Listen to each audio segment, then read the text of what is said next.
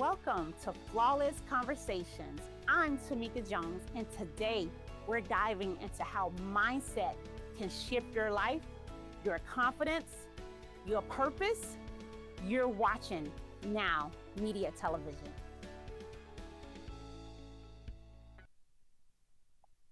Hello, everyone, and welcome to Flawless Conversations. I'm your host, Tomeka Jones. This show is about breaking down the barriers, fears, and doubts that hold us back and keep us from boldly stepping into our purpose. Today, I'm joined by Dr. Donte Vaughn, founder and president of LightPoint Advisors. With over 18 years of executive leadership experience, Dr. Donte is known for helping leaders and organizations grow stronger cultures, build resilience, and unlock their highest potential. He's also a Forbes Business Council member and co author of the bestseller From Culture to Culture. Dr. Donte, thank you so much for being here. Thank you. Thank you for having me, Tamika. Awesome. So let's dive right into one of the most surprising challenges leaders face today, the fear behind success. Many people expect success to feel amazing, but often the higher they climb, the more fear of being their true, authentic self. Dr. Donte, let's talk about this. So, why does success sometimes make people feel more afraid instead of giving them that confidence, or already having that confidence, right, based on success? Sure. Fear is rooted in the unknown. And oftentimes when we're making those transitions to the next levels of what we perceive to be success, whether it's personally or professionally, those unknowns include how people are going to respond to us, the expectations that people have surrounding how we show up in this new role, this new level, this new capacity. So because we can't anticipate or necessarily are sure or confident around what that looks like, we become very fearful of it. I think so that's fundamentally what grounds a lot of our fear. I think the other side of that is also rooted in this concern around failure. Oftentimes failure perpetuates our fear for wanting to take the next step, the next leap, make the decision. And oftentimes, as we're progressing or we're leveling up, that fear of failure perpetuates greater concern in our ability to meet those new expectations. I totally agree. I totally agree. And one of my fears, just being full transparent, is public speaking, right? I've always feared public speaking. And not until I did the work and peeled back the layers of until why, right? The whys behind it. Um, that's when I was able to boldly, right, step into my purpose and passion in life. But until then, I let that fear hold me back, right? So how does pressure from new roles or titles sometimes make or sometimes feel louder versus quieter?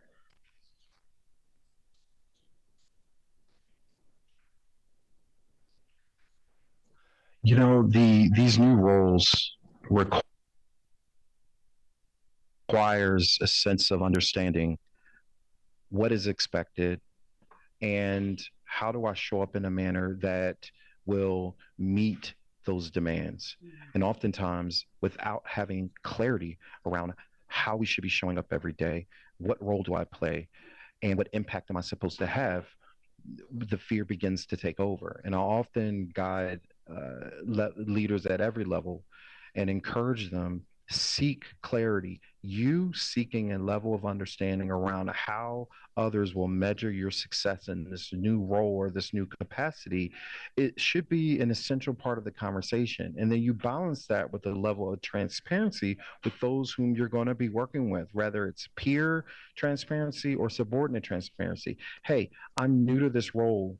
I'm new and I'm excited about taking this on, but I'm going to be seeking clarity. I'm going to be in this state of discovery and alignment and understanding where I can show up and be the best version of what you need me to be in this new role or this new expectation. So being transparent and a bit vulnerable around what you're experiencing helps you navigate these uncharted territories a bit more effectively where fear doesn't take over, because now I'm showing you that the strongest of leaders are those who can show courage through vulnerability or transparency as you take on this new thing.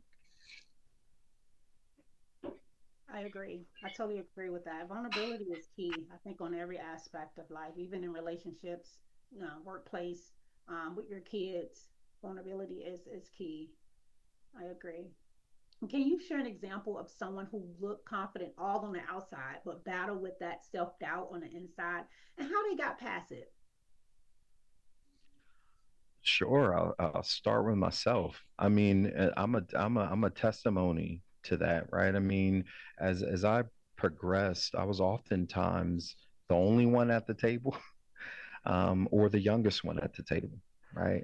Taking on executive leadership roles as early as my mid 20s. I remember the COO of a firm, seeing the potential that I had, and believing in my capability to have impact. And I was afforded an opportunity to serve as vice president of sales and operations for a holdings company. That was my first more formalized executive level role. And I'll never forget sitting around the table of these C-suite executives and V-suite executives, and doubting myself, right? You start to navigate this imposter syndrome. And to overcome it, I often would almost become overbearing and almost preachy around the strategic visions that I would have, or what I thought was really important. And it wasn't until I'll never forget, I had a conversation with a fellow V suite executive who was tenured, 20 years experience. And I'll never forget, she pulled me aside. She said, "A lot of what you have to say is so valid and so important for the table to hear, but you're allowing your insecurities to reveal themselves. And instead of you being received thoughtfully, you're being received as preachy and pushy. But that same energy, there's a side of that energy that is positively disruptive. So it's important to balance and reflect on your insecurities and your unsureties through it. So one of the things I started to do is first just take a breath, be thoughtful around my ideas, capture what I could proactively, and be a bit more vulnerable at the table to say, "Hi, peers, I have a thought, I have a perspective, but I may not know all the details. I may not know everything that I need to know that may inform this perspective. So I'd like to share my thoughts and solicit input. So speak less, ask more questions, and listen so that you can seek a level and build a level of understanding around circumstances, the factors that influence others' decisions, because then you become more influential in how you articulate your vision, how you connect to their perceptions of what's happening. That's how you start to move the room. And it wasn't until I started to take a deep breath and be more patient with the process, seek to understand, ask more questions, be a better listener, is when I became to step into that role more effectively at that executive level. Absolutely. Yes. That's self awareness, man. It's everything. Being able to step back and go within yourself and ask yourself these deep questions. How am I showing up? Right? How can I be a better effective leader? And then take the feedback, right? Because you took the feedback that the lady gave you. So that was key, right? And that helped you on your journey, correct? Right? Spot on, spot on. So there's a humility that comes with these transitions that we make in our life, personally or professionally, when we're given this blessing or this gift to be able to elevate.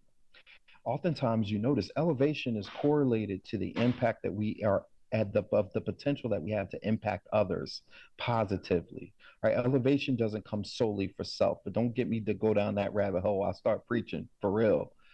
So then the other side of that is, well, I have to come with a level of humility. Elevation doesn't mean superiority, right? It means servitude. Yes. That's why I'm so passionate about servant leadership, because it's essential in how we move in accordance to how we're meant to show up in the lives of others. Yes. Totally agree. Totally agree. I think it was Viola Davis said, purpose isn't just about finding it, right? It's the impact behind it is the true purpose, right? So that That's was right. powerful. So powerful. So coming up, what do you do when an opportunity arrives before confidence? What do you do when opportunity arrives for confidence? We'll explore how to embrace new opportunities with courage, even when you don't feel prepared. This is a big one.